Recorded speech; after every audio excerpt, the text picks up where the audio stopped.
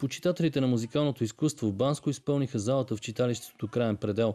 В концерта наред с младите китаристи от школата на Марин участваха студенти от Академията за музикално, танцово и изобразително изкуство в Пловдив, както и от Софийския университет Свети Климент Охридски. Аранжиментът на песните е на Марин Бърдарев.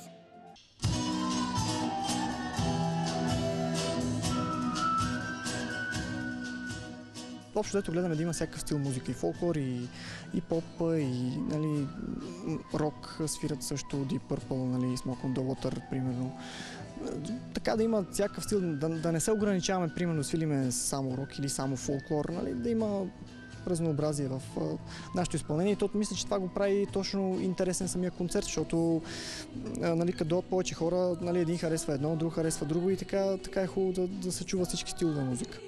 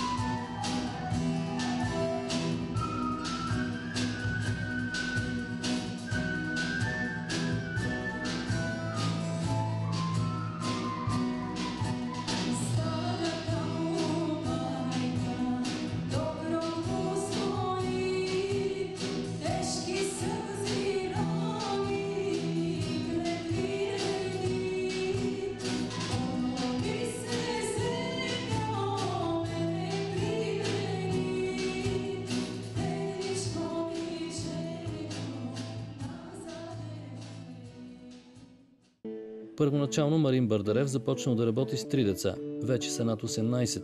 Младите китаристи чакат с нетърпение занимания. Свиря от близо 2 години. Много ми харесва, забавно е. Пък и научавам нови песни. Кои от песните са ти любими? Имаш ли вече любими песни? Имам. Кои? Песни. Има една американска песен, Smoke on the Water се казва, на Deep Purple. Тя ми е любимата песен. Фолклор харесва ли ти да свириш? Харесва ми, да. Аз свиря и на тамбура. Любимата ми фолклорна песен е, да кажем, има една песен за Радон Тодев. Фолклора мен също ме влече наистина. Всъщност, даже мога да кажа, че някакси по-ме запленява, отколкото рок-н-рола. На фолклора задължително трябва да отделям много внимание, защото аз чувствам, че трябва да запазя нашето богатство, най-вече банските песни.